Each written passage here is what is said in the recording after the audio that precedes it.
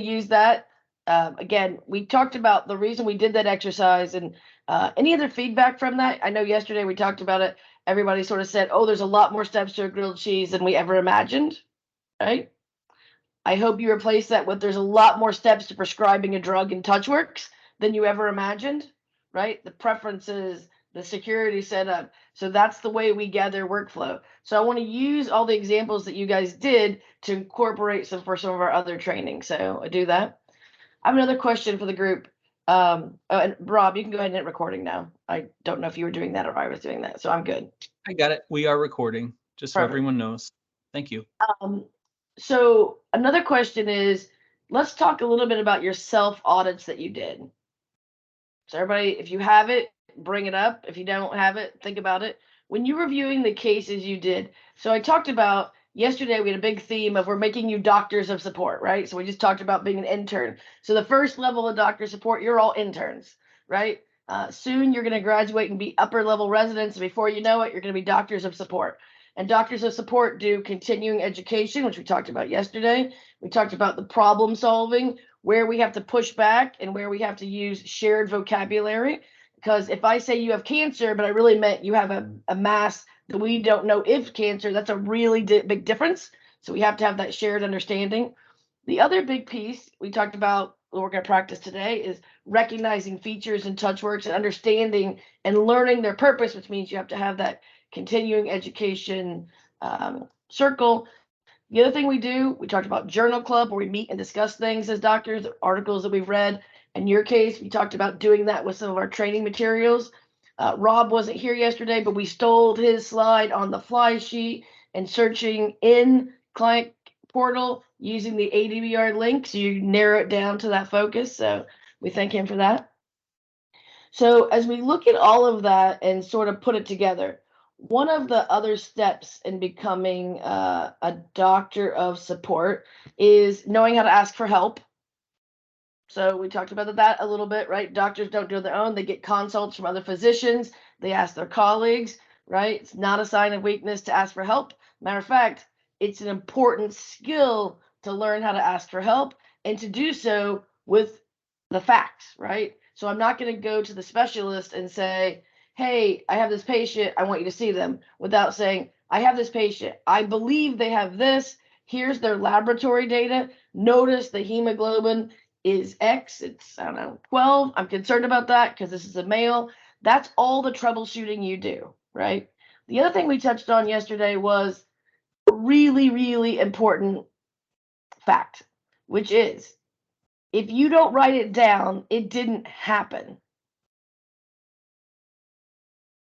So I can't go to the court of law if I'm being sued and say, no, I listened to their heart and lungs. And them say, well, it's not in your documentation. I can't see, yeah, but I promise I did it. This happens a lot in our cases. You guys do not take, and again, when I say you guys, services, support, R&D, everybody is in the same boat, right? Not one group is outperforming another group on this, which is documenting the things we had. What was the example? Do you remember the example we had yesterday about that?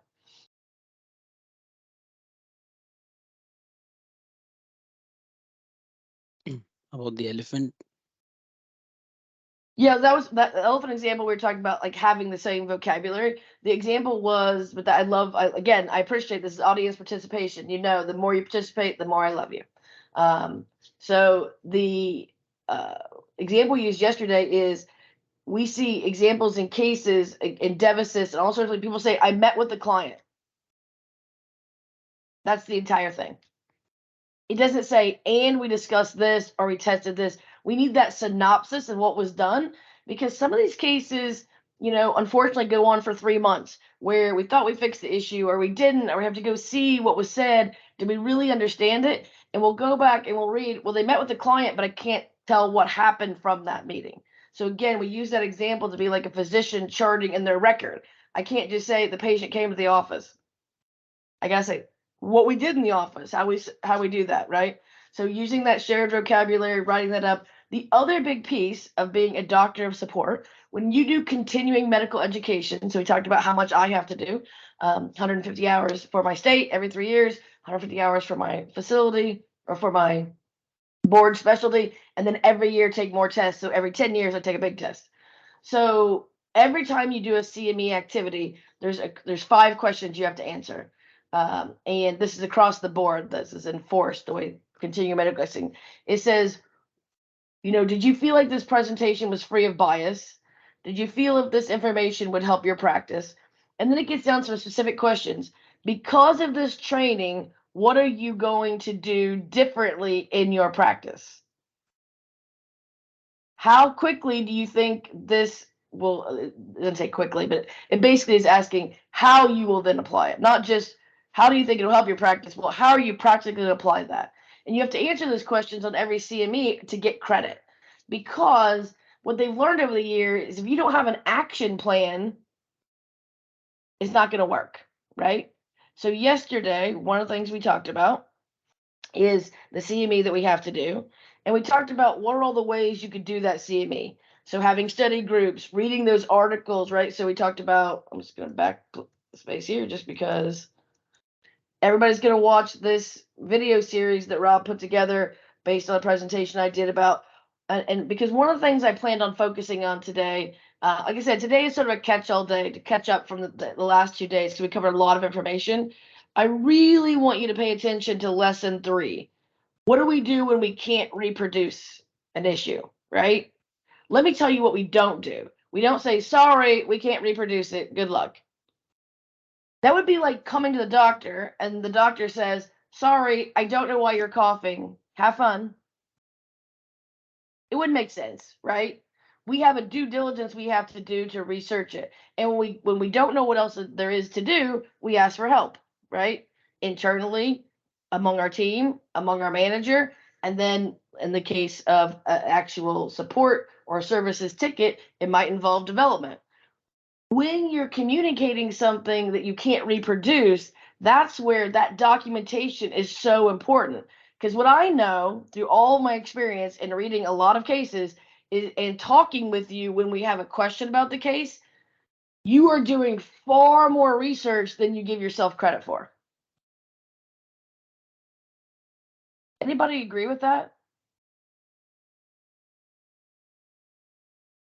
Anybody had that experience?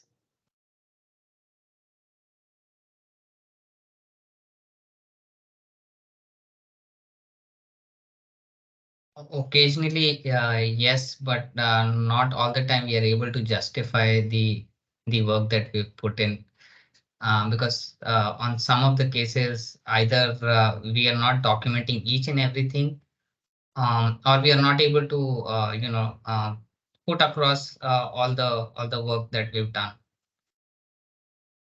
I appreciate you being forthcoming with that. What's the barrier in putting that forward in the case? Why can't you put it in the case?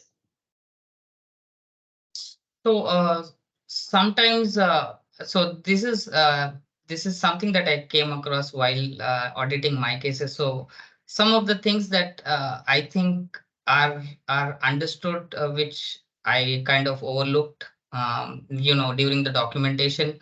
But then while auditing, I thought that I need better documentation in order to, make sure that everyone who's going through the case, they understand what I'm doing. So something that I'm assuming that it's understood, it's not necessary across the teams. Wow, that's so powerful. Did anybody else have that experience when you're auditing your case, particularly thinking about it now? Now we've done a couple extra days of how we might communicate, terms we may use, explaining the problem, documenting what we've done. If you think about your cases that you reviewed, do you see something that you're going to do different now as a result of this training? Without a doubt, for sure. I definitely agree with Piyush. And a lot of times, we'll be working on a case and we'll be getting help from somebody in CCT, and then something else happens and we have to jump to another case. We've got maybe a critical or something, and we come back and we're like, that's why it is crucial. And like my boss, Rob, he's always he's been hardcore reminding us to make work notes. And so one thing, utilizing like Notepad, and then, so we don't forget. Because there's a lot of times we jump from case to case, working them, and then it's like, oh gosh, what did Phil say or whoever? So that's one thing. It's, notepad, trying to get it down, coming back to it later. So, but at least we have, documentation and our little notes where we can reword and put things how we want to professionally inside of the case. That's a great realization. So everybody think about that situation.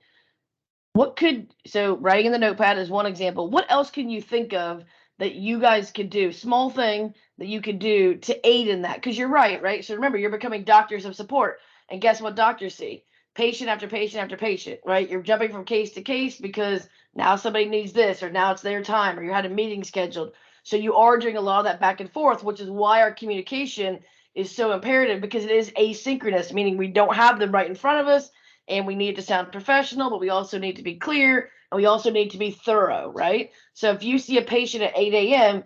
and you don't start documenting it until 8 p.m., 8 a.m., 8 p.m., 12 hours later, you're going to forget some of the details, which is why we keep some notes while we're seeing the patient, right?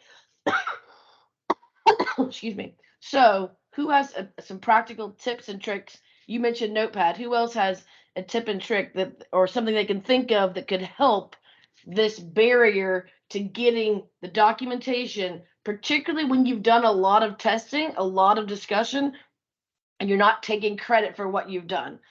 Anybody have any ideas?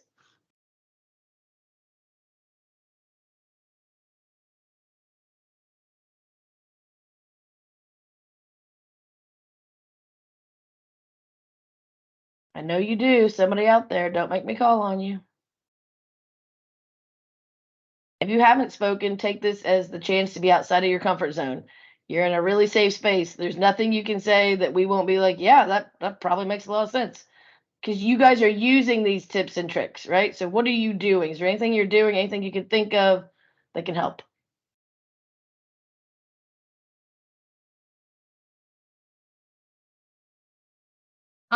Here's another thing. I have like my OneNote.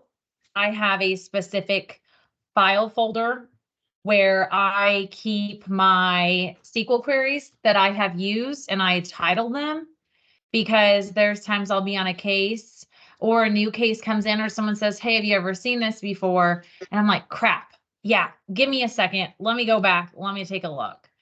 And then I'm like, yep, see, and I use this. This is that query. You have to edit it to your, maybe the patient ID or whatever it be. But I mean, that's just another thing that I do, because I will forget, and I'm not going to memorize a query. Some of them are insane. So. Right. So something we talked about yesterday was keeping notes, whatever that version is for you, both of the things you're learning, but also for reference that you can use in cases.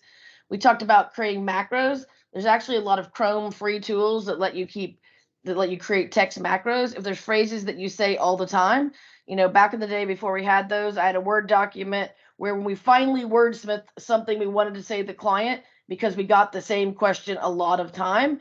Or think about one of the questions you're going to ask a lot is for more specific workflow. But you can't just say, hey, can you tell me more workflow? You got to wordsmith that in a way that's going to be relatable to that case. So that's where macros could be a good way to help.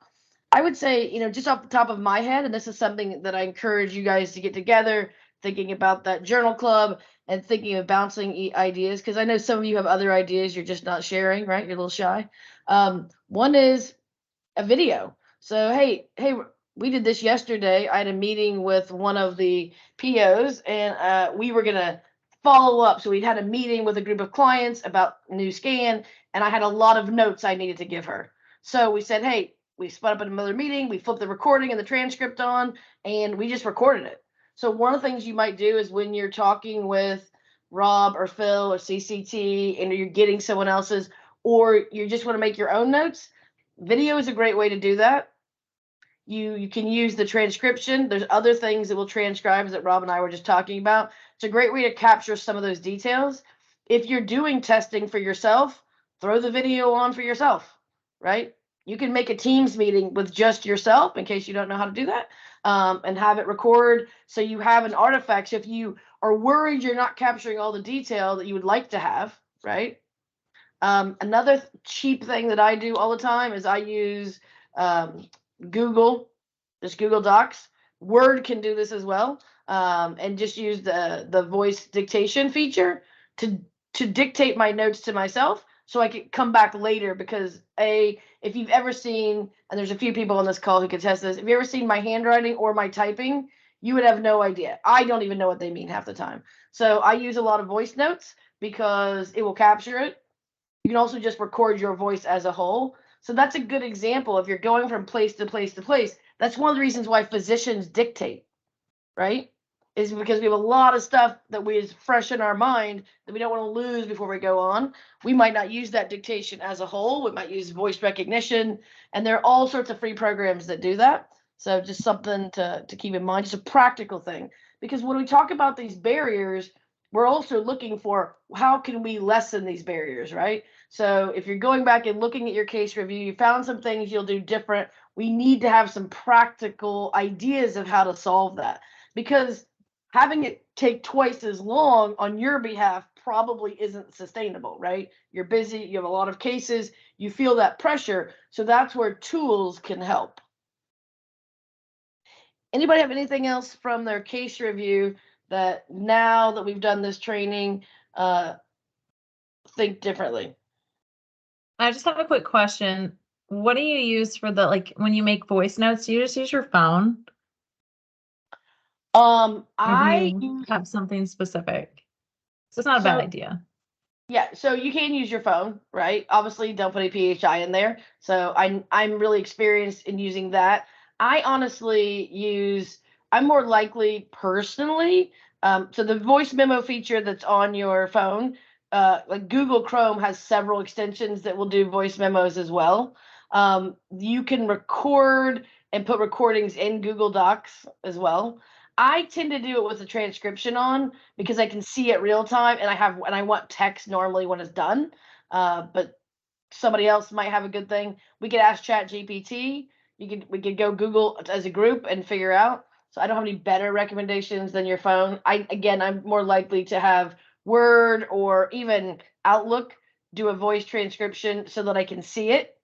And another thing that I do nowadays, because even my voice transcription is never perfect.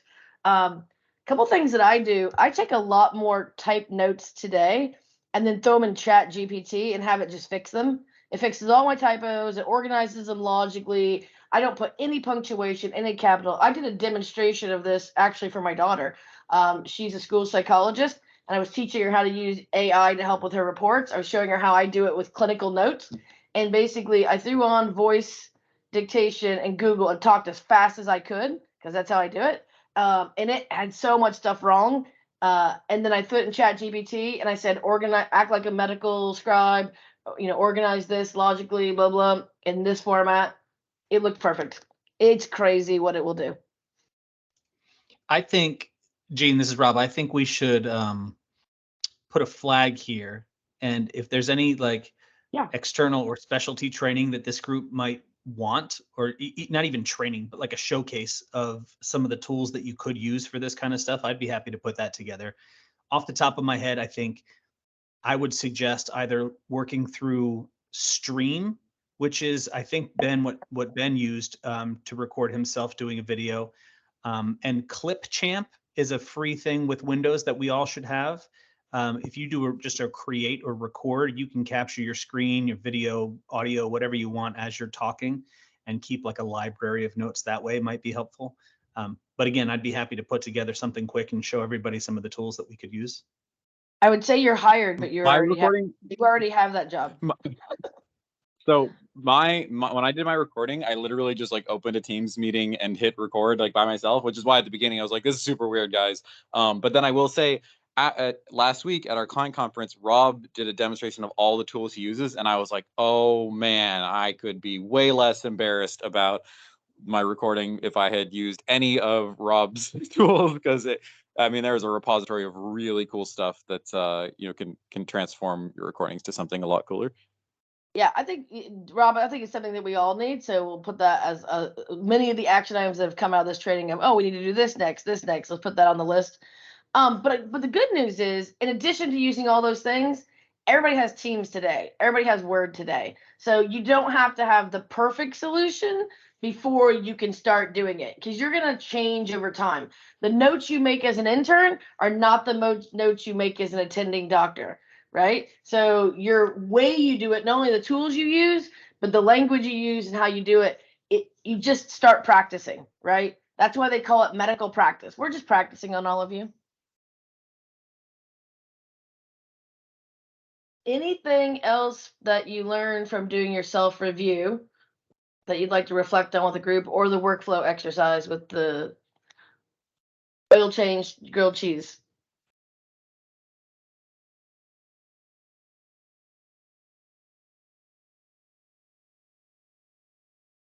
Okay, so this is what we did yesterday. Do we want to start back at the beginning? It's almost like a pop quiz. Who remembers what's the red box? Chart preview. And that's the same person who got it right yesterday. Yeah. Everybody else remember that was chart preview? And so what we didn't talk about yesterday, as we talked about these pop quizzes, we want to get to the space that not only do we know what the thing is, but we also want to know the logic behind it. So what's the logic for the results section of the chart preview? How does that work? Why is that novel? Why is it cool? And Jean, as they're thinking about that, one of the most powerful things that I heard you say the other day, I didn't realize from a provider perspective how important that was. I thought it was something cool, like, hey, you don't have to open up another window for your chart preview or your quick chart. Like, it's nice to have it right there. You mentioned that so many providers thought this was something like groundbreaking for them to even consider switching or taking an upgrade specifically for this. I didn't realize how important that was for doctors. Yeah, we have a deck where I sort of walk through each page of this. I will either record that and put it out for you guys, or if we decide we're going to do some continuing medical education, which is one thing that's going to come out of this, right? Is we're going to do more of these more often for more groups. I will present this. So this replaces at least 5 screens that you have to do in getting ready for the visit. So before I walk in the room, so before I see Paul Lewis, I don't want to just walk in the room and say, who are you and why are you here? Right? I want to be like, oh, Paul Lewis. Okay, let me read my last note. Well, I do that.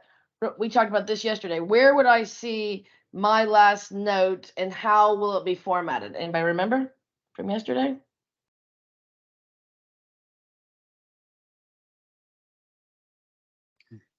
The note icon.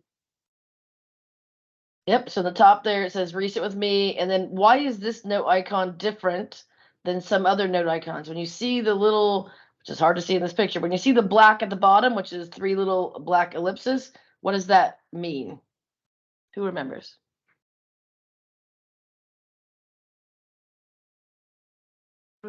So It that was is- not preview. Sorry. No, go ahead. It is still not complete. Nope, the 3 little dots on the icon mean that this is a note type, which is all V11 notes that have chart preview, which is a feature, which is weird because this thing's also called chart preview. It's called note preview, actually. So that little black bar. So if you click on that, it's going to show your note. It's not going to open it all the way, so you won't have a toolbar. You can't print it, that kind of stuff. And this is the same in the chart viewer as it is here in chart preview. But it means if you click on it, you're going to see the note really quickly, and it's going to be formatted, remember, with your chief complaint assessment plan at the top, then a black bar, and it's going to repeat the note. So it's optimized for physician review. Because remember, as doctors, we don't want to read the whole note. There's a lot of shit that's in there that is not for us, right? It's for the coders and the lawyers and all sorts of people. What I want to know is what the heck was the purpose of the visit and what was the assessment plan? Oh, they got diagnosed with strep throat, they were treated with amoxicillin, etc. They have diabetes, hypertension, they're on this, they're on that. And I can see all of that at the beginning of the note without scrolling when I use the preview. In Chart Viewer, to use the preview, you have to click directly on the icon that has the black bar dot to the bottom. So in Chart Viewer, the same thing works. You click on that, it's much faster. And it's really made for you to bounce around between notes and quickly get a gestalt of what's going on, right? So I started this by saying, what's different about the results section here? What's that results section? Do you know any of the results that look like this in the product?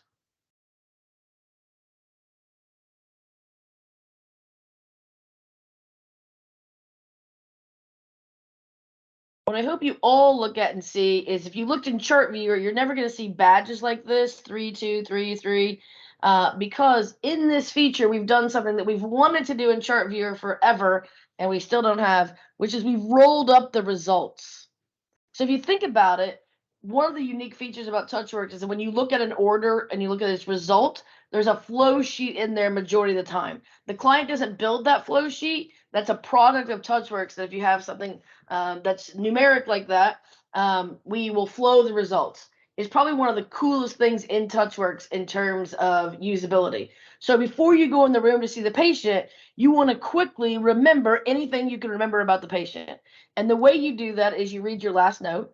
If they've had a recent visit, so this person had a visit, X amount of days ago, I can't read because it's too little for me, with the cardiologist, I can read that note very quickly. For a physician, looking at the med list is probably the single greatest thing I do.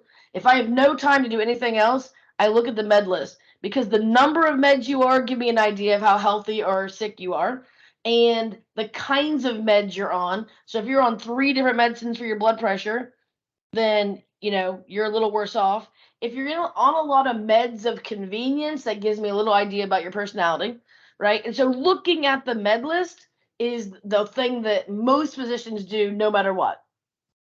There's a few exceptions. If you're an orthopedic surgeon, you're looking at an x-ray more than anything. But most clinical specialties, the med list is going to give me the best gestalt about the patient, and then I care about results.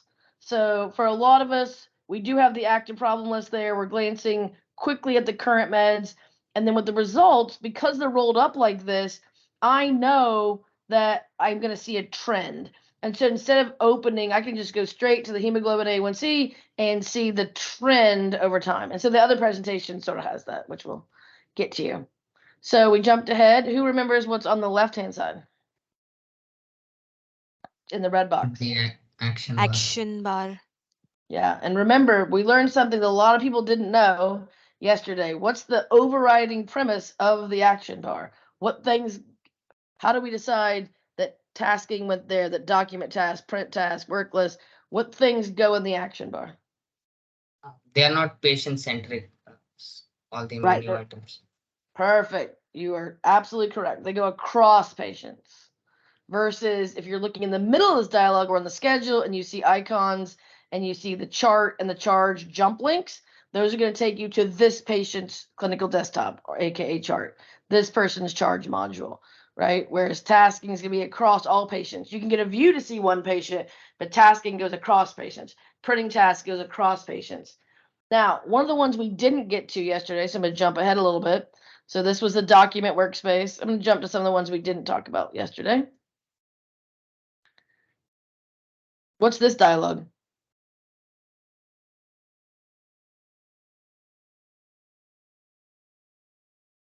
Alerts and recommendations.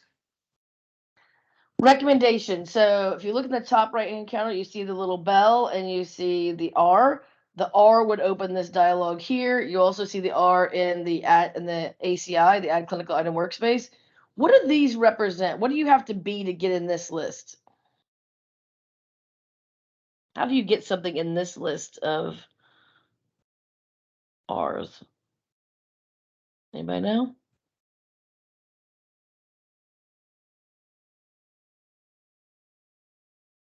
Well, one of the things I know immediately if I look at this, I know that this client has clinical decision support turned on. Because these alerts here that have like diabetes, CMS 123, 122, those are all things that you get through the CDS add-on. So that means the provider has to be enrolled in CDS alerts. Versus these meaningful use alerts at the bottom are also built into the, where else do you see these meaningful use alerts? Anybody know?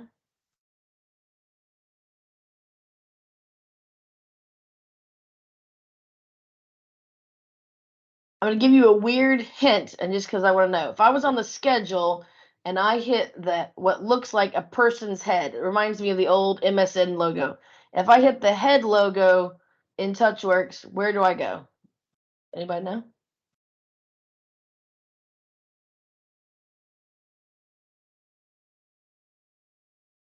The encounter summary. Yesterday we were talking about the ADBR. One cool thing in the ADBR is there's a library that you can go to that shows all of our icons. Just a fun thing to quiz yourself on and know what they look like. We talked about yesterday that often I'm talking to someone on the phone. I don't have TouchWorks open in front of me, but I have to tell them how to navigate places. And like, do you see the head icon? So on the left-hand side, looks like this, looks like a blue head, like a circle, this. That's the encounter summary. The encounter summary will tell you for this encounter, things you've done today, like problems you've added, orders you've added, and the statuses of them. That's also where you see these meaningful use alerts. You set this up in preferences to say which ones you'd like to see. And these, like smoking statuses documented, you can interact with these and document the smoking status from here without going to the ACI. And then underneath that, you have other reminders. Those also come from the encounter summary if you enroll in them. So when you look at this dialogue, it basically has two parts. Everything above meaningful use alerts are things that come from CDS, clinical decision support. Everything below meaningful use alerts come from the encounter summary. So you can find them there as well. Okay. We jumped ahead to that one last time. What's this workspace called? ACI. And what's that stand for?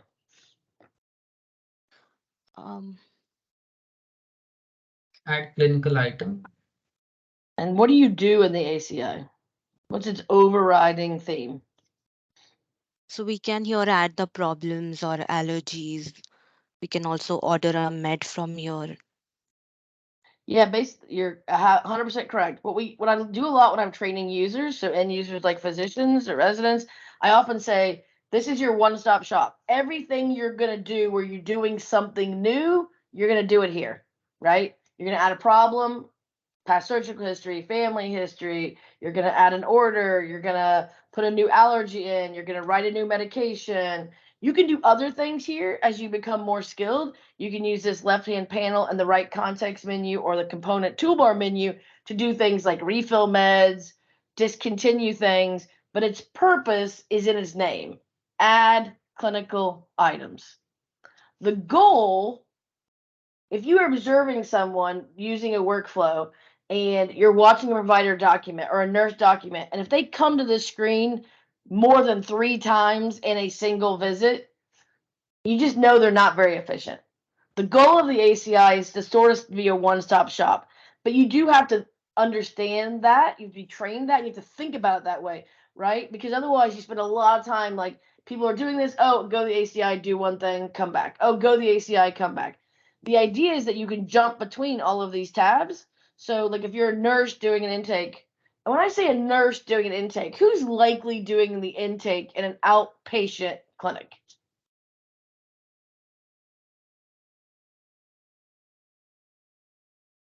We're going back to day 1, which was Wednesday. We talked about the actors in outpatient clinics. So where do registered nurses mostly work?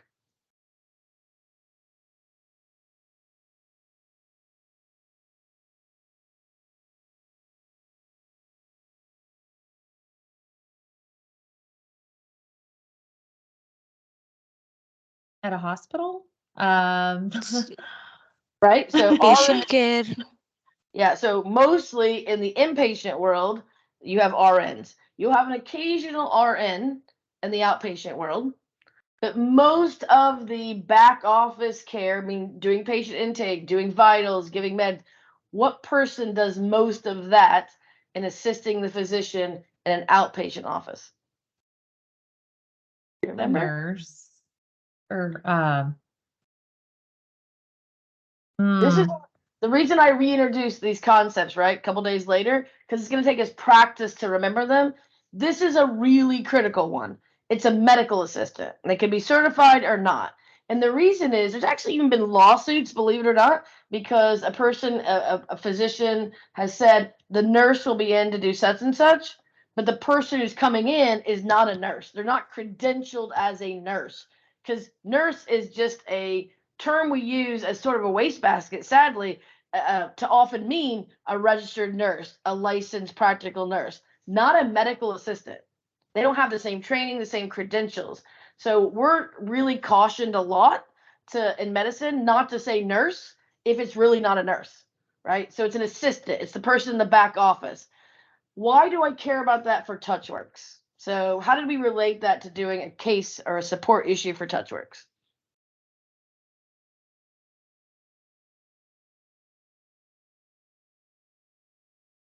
Any guesses? There's no penalty for guessing. We all learn when we guess. It's that critical thinking. What would be the difference in someone who has more training and a higher credential in terms of their licensure than someone who has less licensure to do things? Well, how does that affect TouchWorks? The profiles would be like they have different rights or privileges to the application. Right. That's why we care about it, right? So when somebody uses a term in a case and they say, well, the nurse did this, we don't know what that means. And that's true for providers, right? So what's it? Anybody remember what's an APP? Anybody remember that term? It replaced another term we don't like to use anymore. Anybody remember? Anybody guess? And one of the things we talked about the other day is you don't have to have all this memorized, but that's why you have a glossary. That's why you have these things.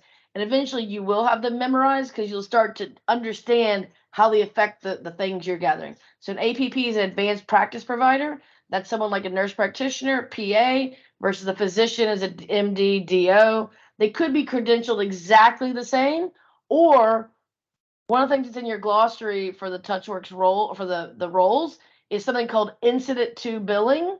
So often there's some insurances like Cigna that a nurse practitioner can't bill. So their name, even though they've seen the patient, they've been the provider of record, their name in the charge section of TouchWorks will go in the performing provider, and then there'll be another person they're billing under. If we were all to look at ChartViewer, we're looking at old records. And I know there's no picture in front of you, but that's sort of how we start to practice this. Does anybody have a guess from memory? If you were looking at ChartViewer and you were looking at one of those notes, how does the billing provider being different from the performing provider influence TouchWorks? Any guess?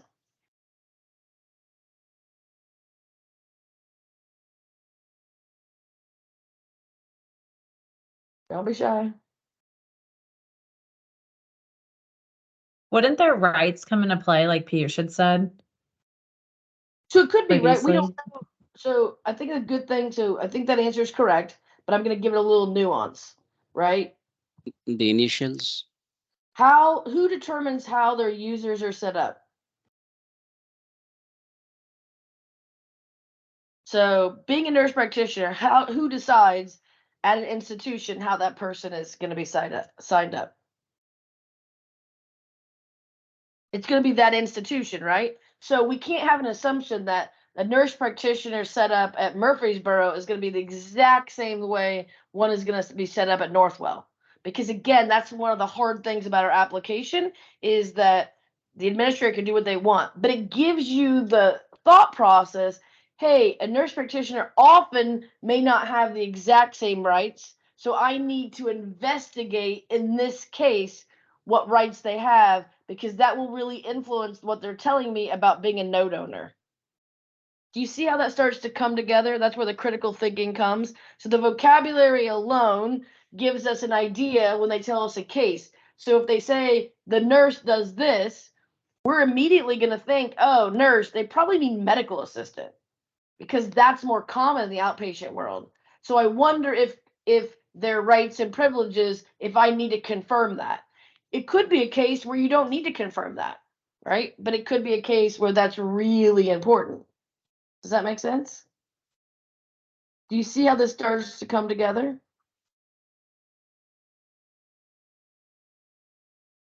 A rousing yes would be great. Yes. Yeah, definitely. I feel like me and Piyush and Isama was late yesterday, Okay. set in mine, but we just have been talking a lot. So So this screen we're looking at right now, what's the screen I'm on? What do we call this thing? I'm circling here. Chart view. Yeah, the chart viewer. Yeah, so this whole thing from if I here, I'll do it this way. I'll take a screenshot. So what is this called? Just this big box here that I've highlighted. What is this called? Chart. So I want everybody, when you see this, to have two words in your head.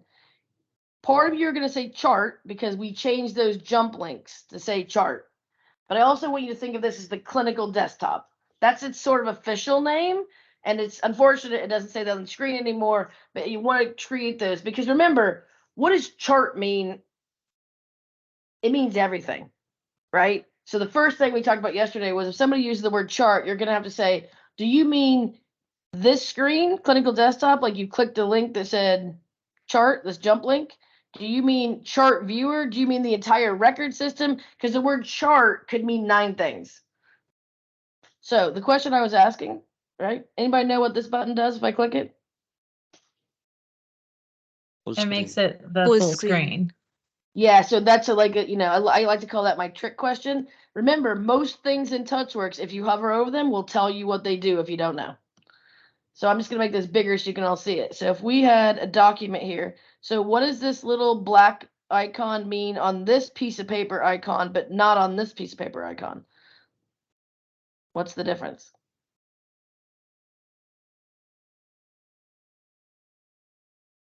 We might have just talked about it on the chart preview. Yeah, that's a V11 note, and the other one is CCDA. In that case, this is true, but how do you know this is a V11 note?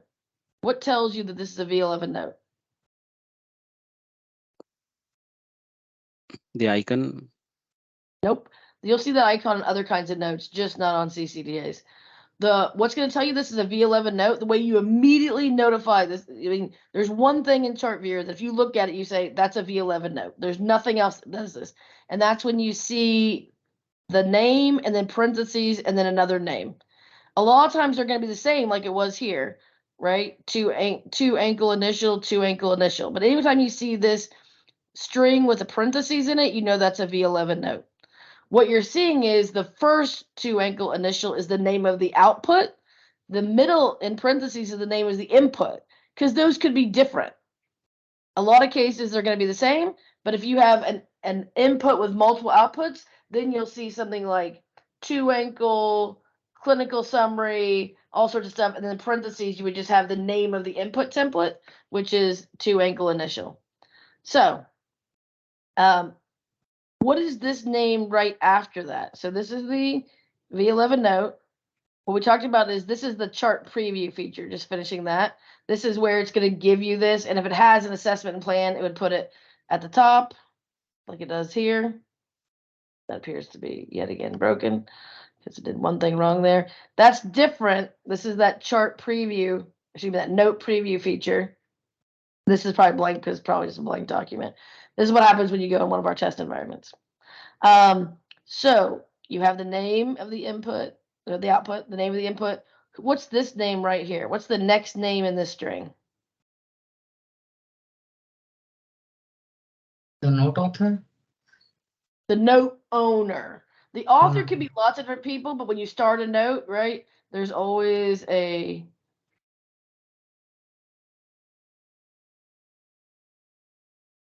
owner. That name is always going to be the owner. So when you look at chart viewer, the first name is the owner.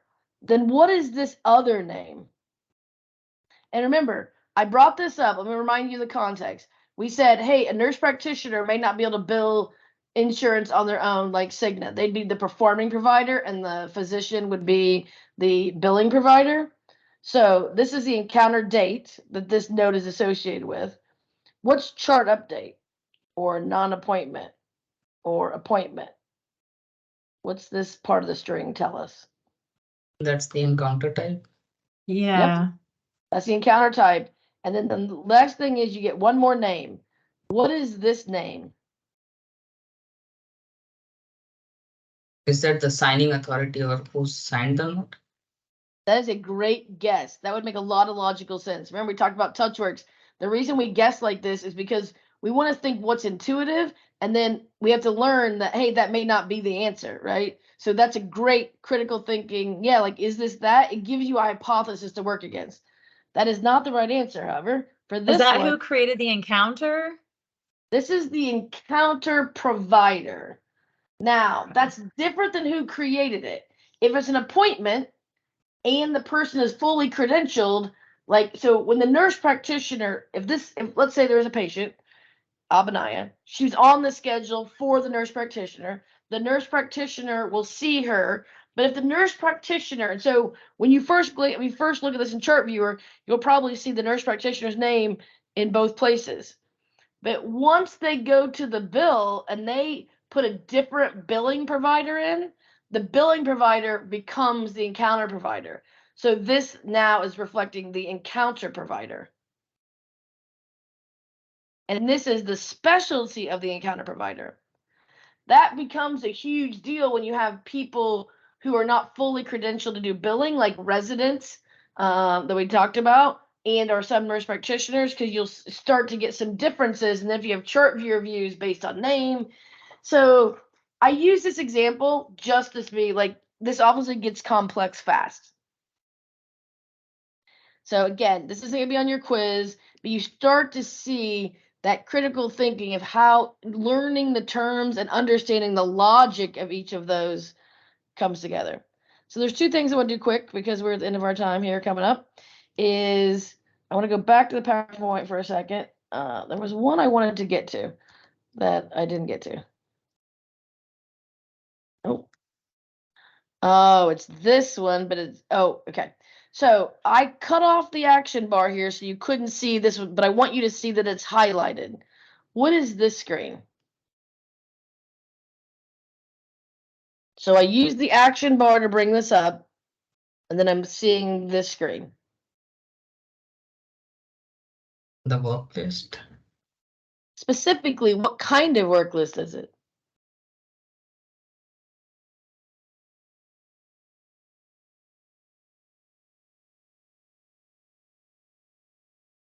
So this is one that's another really critical difference between when you're troubleshooting a problem is if you see work list on this left-hand side, this is the cross-patient work list. The cross-patient work list. There's multiple patients' names in here.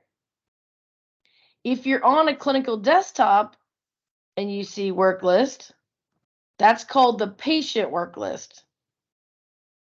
It might look similar once you have a patient. I gotta find one who has something. I don't know if it might. So it might look similar if you go do something like this, where you're looking across patients. It looks sort of like the cross patient.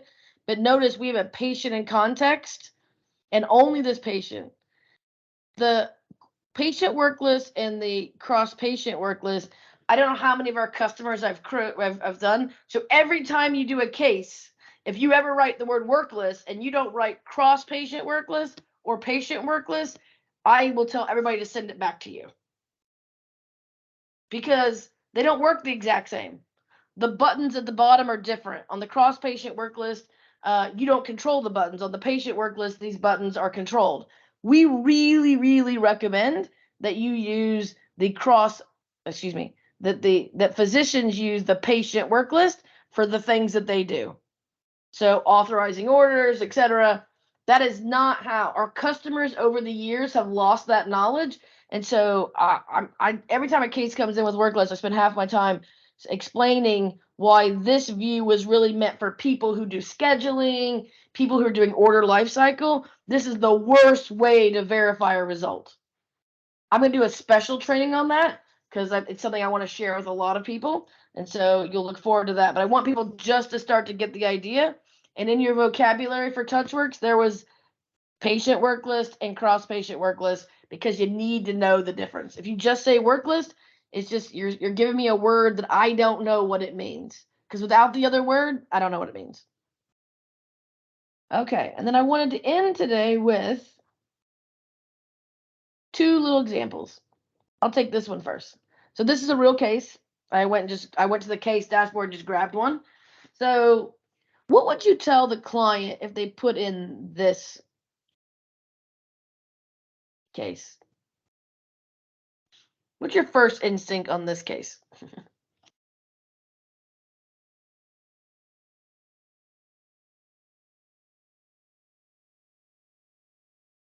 Nobody?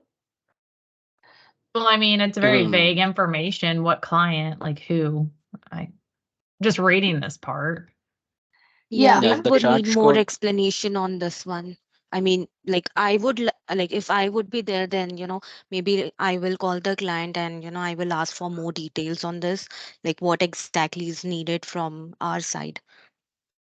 And this is going to be its own class of our sort of decide after a lot we've talked about.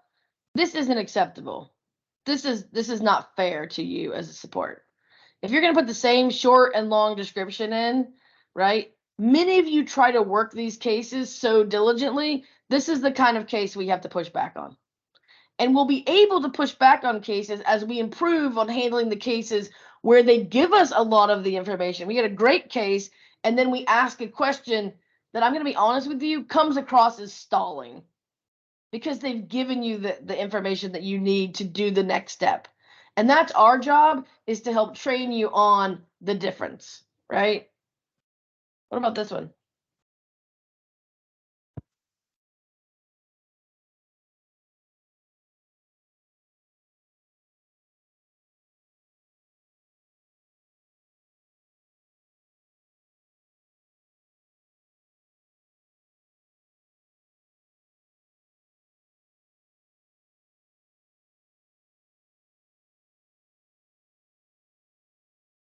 Any thoughts on this one?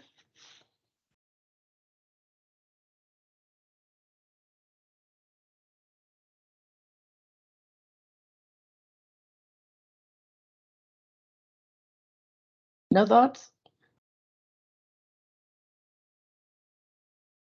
I mean, they've provided good information in the description.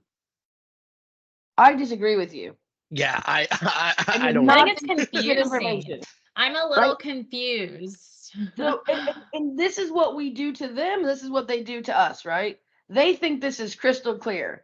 And so sometimes we judge a case when it's a long description, like, oh, we have everything we need. I watched this video 4 times on this case. I'm still a little confused. I think I know what it does, right? So this would be a good one for us to think about a little further, and like, what would we do next, right? First of all, this short description doesn't make any sense. I can infer. Here's the thing I want to leave you with. If you have to guess on what they're saying, the likelihood is you're going to spin some wheels. And right now you're all saying, but I have to guess all the time because this is how most cases are. I get that. But how we guess, if it's based on TouchWorks terms, knowledge, how we dissect the video, this becomes the art form, right? They said a lot of things, and having watched the video, this is not exactly what they're trying to explain. And so this is where we need to come together and teach each other, how do you dissect a case like this? I just want to leave you that just because they put a lot of words doesn't mean it's a better case. Hey Gene, can I Sure. put in something that kind of, when I try to go to the command center I teach, Yeah. can anyone define the problem here? Right? You always hear me say define the problem. From what you are reading, can you define the problem? Without guessing. So think about, I'm going to add to that. Think about what we talked about with the grilled cheese. With the oil change, right? If you have to guess at some of the steps, that's inferring. So can you define the problem with zero inference? Not really, but just because there's mixed information, like they're saying provider is selecting his enterprise task list called Raymond Nursing Task. But instead of showing results for his personal created tasks, WDM provider, it's just like, I'm confused. And I can't determine. Yeah. So in this case, what I think he's saying, right, what I think this person is saying is that, hey, there's a task list, and when he uses that task list, it's showing results that are unexpected. The results appear to be for this other task list and not this task list. Yeah, but then the part where it says though it looks like he selected on Raymond. Yeah. But we also haven't seen the video, so it's like, yeah. So when you go through this, right? I've watched the videos, etc. You know, one of the things I start to think of is, and this is my real question from you, basically what Rob said, right? Do you know what the problem is? How would you communicate this to the sender? So only knowing what you know now, and just pretend, I'll tell you what the video showed. It showed they clicked on a task list called Raymond nursing list, and then a bunch of tasks showed up. I tried to look at those tasks, and they all seem to be assigned to Raymond, so they look correct to me. Because, and then was like, oh wait, now they look different. Went back and forth 4 times, so the video was not astonishingly helpful, right? So knowing that, how would you respond to this to request more information?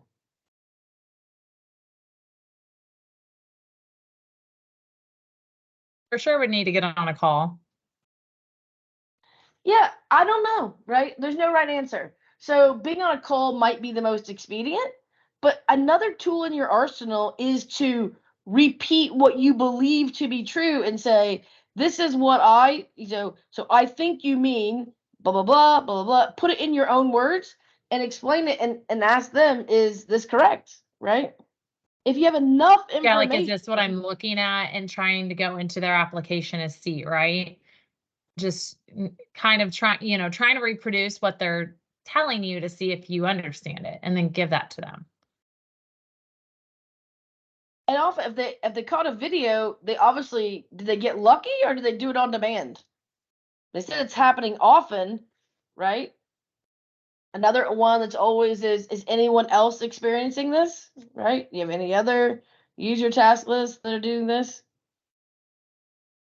So there's a lot of things you could do without getting on a call. And I know it probably sounds like I'm a little schizophrenic because it's like on one hand I said, don't hesitate to get on a call, but we're also talking about how do you use what they give you, dissect it, confirm it. That's part of that critical thinking skills, right? So the first critical thinking skill for me is, like Rob said, if I can't figure out what the problem is, I'm not going to accept this and infer all the details. I've got to get confirmation. And I would say, even if you're doing it in person on a call with them, having rewritten this to yourself of what you believe, having a hypothesis of what you think they're saying is going to make that call be more efficient, and also make sure you don't miss any questions that you wanted to ask, right? I would call this case eyewitness news, Gene. Yeah. Because all they're doing is they're saying someone told me this, right? I'll tell you, the only thing I can infer from this is that the IT team didn't try this on their own. And what did we talk about that yesterday? Was that yesterday? It was yesterday, right? Again, the doctor is busy. They're not going to get on the phone with the person who's taking the middle piece, right? The middle piece is just, sometimes the middle piece, like the analyst, is good at figuring more things out. Like we're asking you to figure more things out. Sometimes they just pass the note, right? I believe that when they wrote this, they thought this was crystal clear. And the reason they thought it was crystal clear, and if we went to this client and this analyst and we say, hey, do you think this is a good case? They'd be like, yeah, I gave you all the detail. This is classic what's in that video we talked about why you can't proofread your own picture. Their grandma can't understand this, but it's crystal clear to them because they know what they're trying to say. This is where we have to help them we need that balance of helping them be better at this, not taking all the work on ourselves, being professional. That's the secret sauce, right? This is what gets you a doctor rating of 5 on health grades. Okay, I know we're over because I spent a little more time on that one, but I wanted to get this one in front of you just so I had an example. Appreciate everybody's time today. And I think now there's going to be a post test at some point that Rob is going to send out. He's probably already done it. And then I would like to, again, a little bit maybe think about that survey that we could ask you the questions we ask medical doctors for CME, like what did you learn from this? What are you going to do differently, right? Because we will make sure we're having that effectiveness. And then, ideas for what you'd like to see in the future. And then lastly, if you could send me your workflow homework, because I'm going to use that for a project, I appreciate it. So thanks everybody for all your time. Any questions? Thank you.